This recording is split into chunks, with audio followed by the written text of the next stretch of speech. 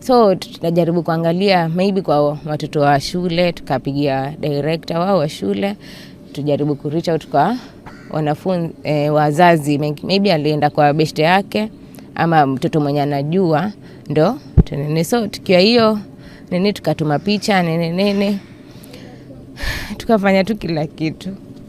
She's the only kid we have.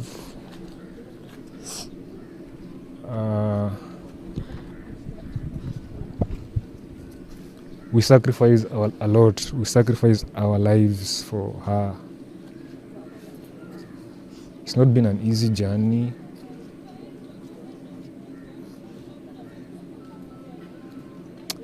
I feel like somebody just ripped out my chest from underneath me, and I just don't know what to do anymore.